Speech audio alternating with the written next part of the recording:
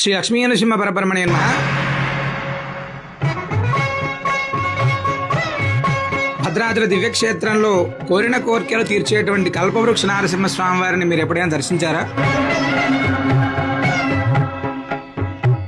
ఆర్తుల పాలిట అభయహస్తం. ఇక్కడ ఒక ముడుపు కట్టి స్వామివారికి సంబంధించినటువంటి గోవుకు సాలగ్రామానికి ప్రదక్షిణ చేస్తే మన కోరికలు అనతి కాలంలో నెరవేరుతాయని మీ అందరికీ తెలుసా? ఇక్కడ 750 సంవత్సరాల క్రితం సాక్షాత్తు లక్ష్మీనరసింహ స్వామివారు రంగాచార్య స్వామివారికి ఇచ్చినటువంటి కల్పవృక్ష నారసింహ స్వామివారి యొక్క సాలగ్రామం ఉంది.